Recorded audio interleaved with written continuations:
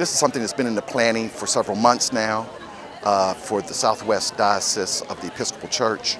The priest at Emmanuel, Reverend Shelby Owen, and Constance Harrington, who's a member of Trinity Episcopal Church, called me and asked if I would be willing to be a part of a pilgrimage for racial reconciliation, and of course I jumped at the chance. Edward Scott is the pastor of Allen Chapel AME Church.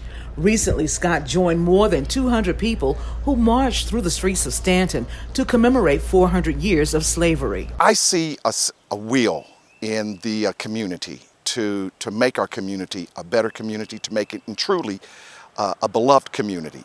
And so to see people marching together, walking together, praying together, singing together, and to listen to historical fact the way we did today was really encouraging to someone like me.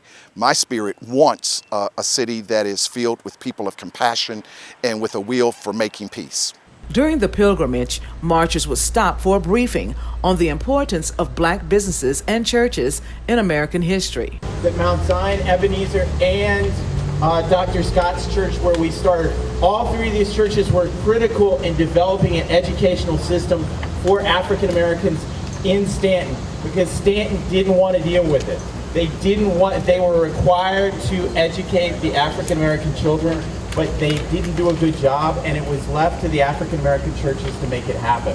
Shelby Owen is a rector at Emmanuel Episcopal Church and one of the organizers of the Pilgrimage for Racial Justice, marking 400 years of inequality. My diocese, that is headquartered in Roanoke, did this back in January to acknowledge some of the black history in Roanoke that had been snuffed out or ignored, so to speak, in the name of urban renewal. A lot of the black businesses and residences there had been eradicated in the name of urban renewal. According to Owen, the Pilgrimage for Racial Justice began in Roanoke in January. Since this same thing happened here in Staunton, that maybe there was something we could do about it.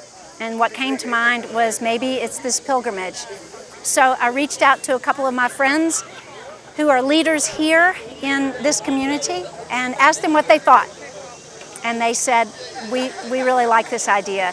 So our hope is that this is one step in an effort to uncover and celebrate more black history in this local community so that we can all enjoy all of our history. Staunton City Councilman Eric Curran was among the marchers. Curran explained why he took part in the Pilgrimage for Racial Justice. It sounded like a good thing to do for our city right now and for our country.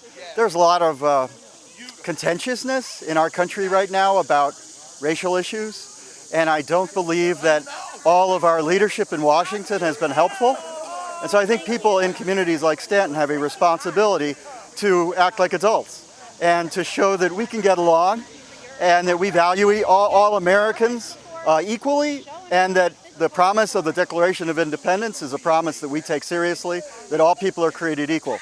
Louis Jones is a member of Augusta Street United Methodist Church, which hosted the rally following the march. I feel that it was the right thing to do. It was a community effort, so we want to be a part of the community, and this is a way of showing the community that we are a community church.